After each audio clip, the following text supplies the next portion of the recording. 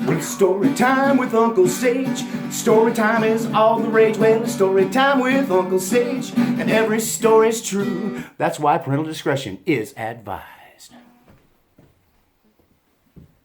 Sage Wanderer here, and welcome to Story Time with Uncle Sage. This is the story of the time I was buried alive. Dun, dun, dun. So, I grew up in the little town of Hermiston, Oregon, and I think I have a viewer who lives in Hermiston. We've talked before in the comments section. And Hermiston is a strange little town in the eastern Oregon desert. And a lot of people know about Oregon, but you think of Portland, the city of bridges. You think of the coast and the rocky shores. You think of the Cascades, Mount Hood, and the ski resorts and the giant Douglas firs and all of the beautiful rainforests of western and central Oregon. But eastern Oregon is a high mountain desert. And the soil there is sand. It's just loose sand. It's grittier. It's volcanic sand. So it's grittier than beach sand. And it reminds me very much of the sands of the hourglass. And so I grew up playing in that sand. I grew up catching scorpions that live in that sand and making them fight each other by putting them in a circle of fire with lighter fluid. And yeah, they used to let us kids catch scorpions and play with lighter fluid and build ramps and jump our bicycles off of them and stuff. And we didn't wear helmets, and we chased the water truck that watered down all of the dirt roads in the summertime on our bikes to get the water on us. Just later, when I grew up, I found out it wasn't water, and they weren't spraying for dust. It was insecticide, and it was DDT, and they were spraying for mosquitoes, and that's why I have this twitch a little bit. We got away with stuff. We didn't wear seat belts. We sat up in the back seat and put our hands on the front seat and rode around in cars standing up, standing on the back seat, wrestling, fighting each other on the back seat of the car. It was a different world. It was a different world. And behind the house I lived in, which was the parsonage next door to the church, next door to the carpet store across the street from the bank.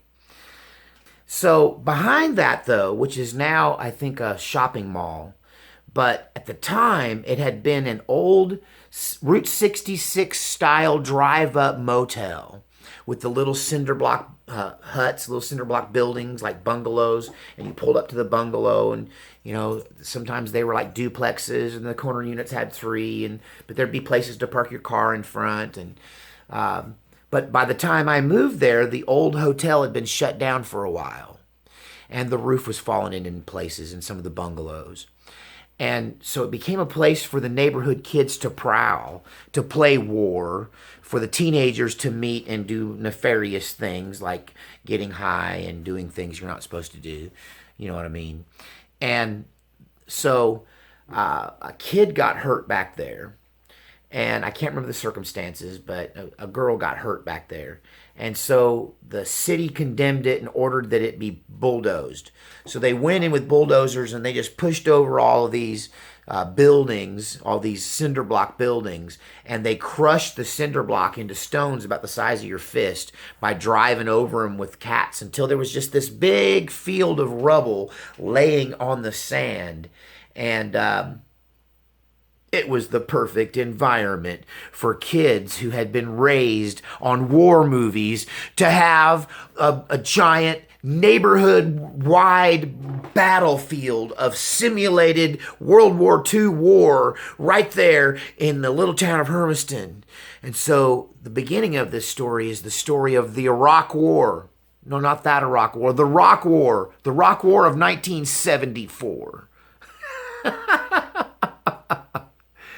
I remember us building forts out of the rubble and grouping off into gangs and having rock fights and all this stuff.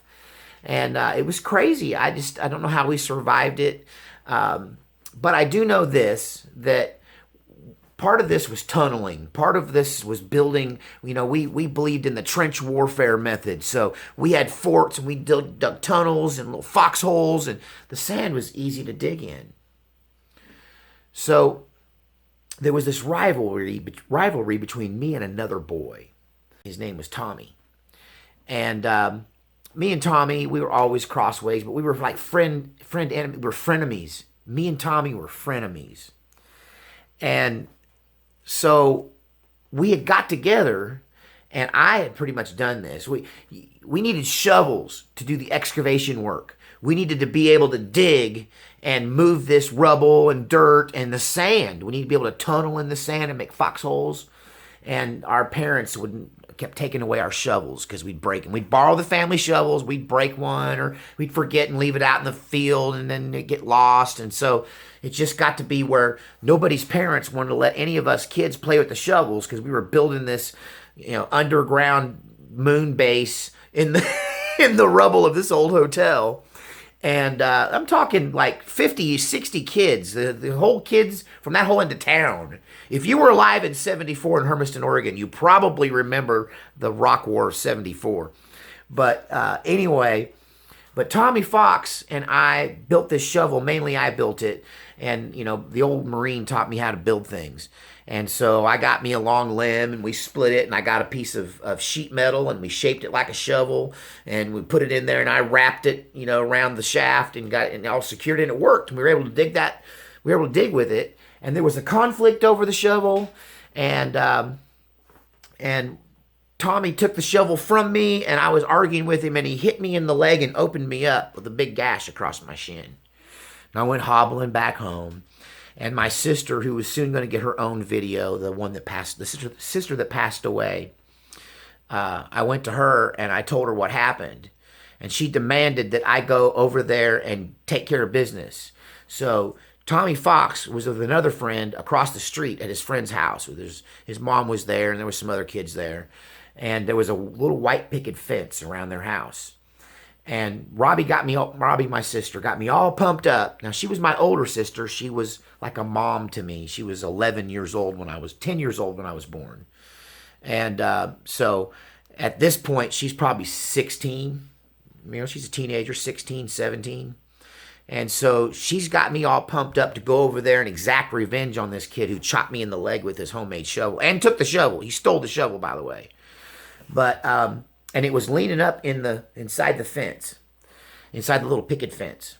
So these kids were in the front yard, and I just bushwhacked them. I just attacked them, both of them.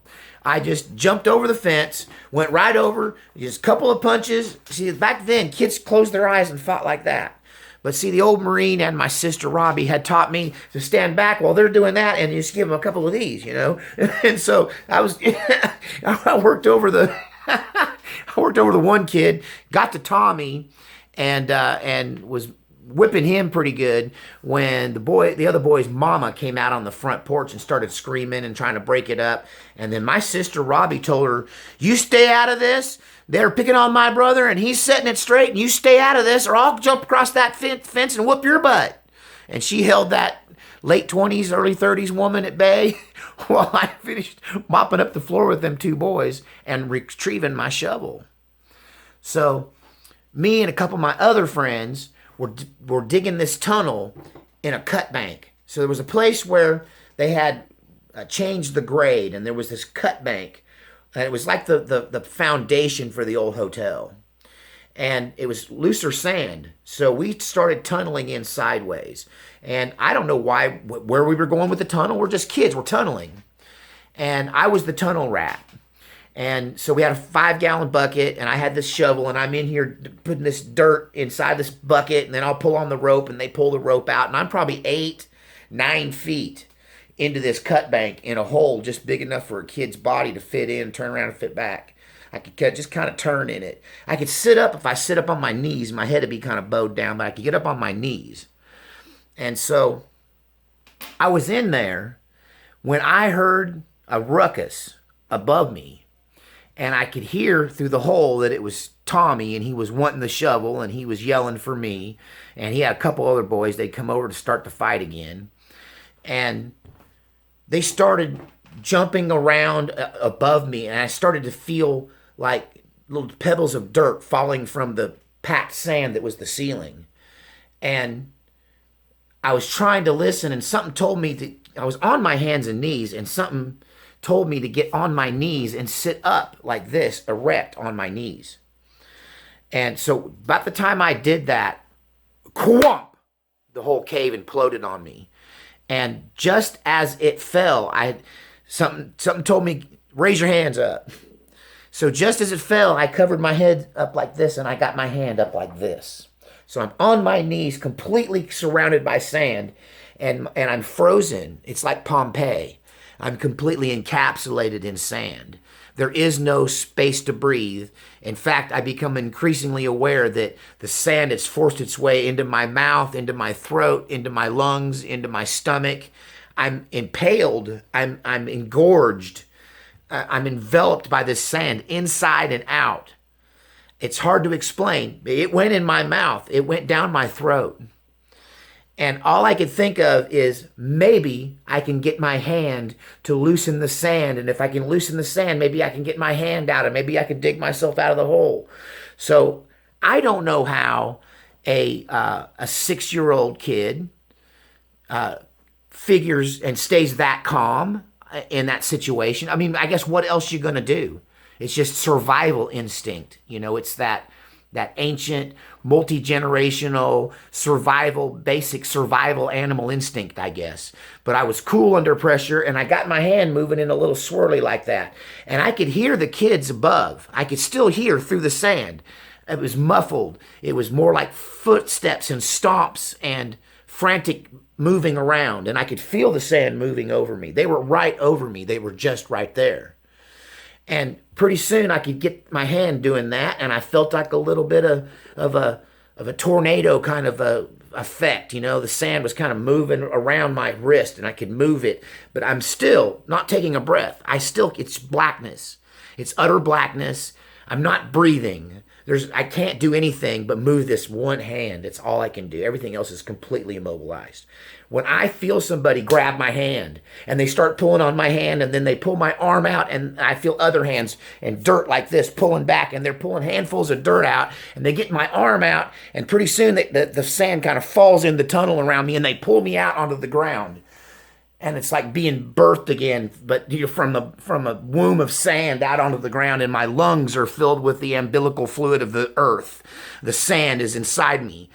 And so the first thing I do is start vomiting up sand, and it just comes out of my throat in a continuous chunk. This chunk, it was the strangest thing, this chunk of wet, gooey sand mixed with stomach fluid comes up out of my stomach and esophagus and into a pile. It looked like I was vomiting up worms. The boys around me were just going, and of course one of the boys had already took off running for help, and they're beating on my back because I'm coughing and gagging and so all this stuff comes up and I'm throwing up and I'm coughing up sand and coughing up chunks of dirt. And I know this is gross, but I pooped dirt for a couple of days after that. I must have eaten quite a bit of dirt. It filled my stomach. And my ears were completely filled with sand. And forever it took me to get the sand out of my ears.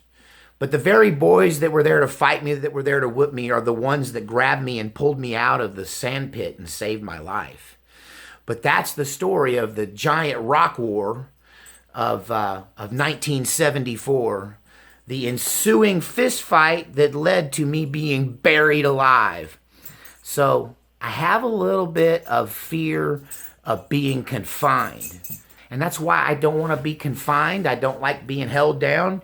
Don't try to put any handcuffs on me. Don't lock me in a car or a small room unless you want to get the tar beat out of you, unless you want to get the house torn down around you, unless you want to get the cop car flipped upside down. I suggest you don't do that to me. And if you think that's weird, well, you can talk when you've been buried alive. We'll see you next time on Storytime with Uncle Sage. Well, I hope you like my story time. I'm sorry if my songs don't rhyme. Well, I hope you like my story time. You can come on back. Will y'all just come on back? Will you all just come on back? Story time with Uncle C.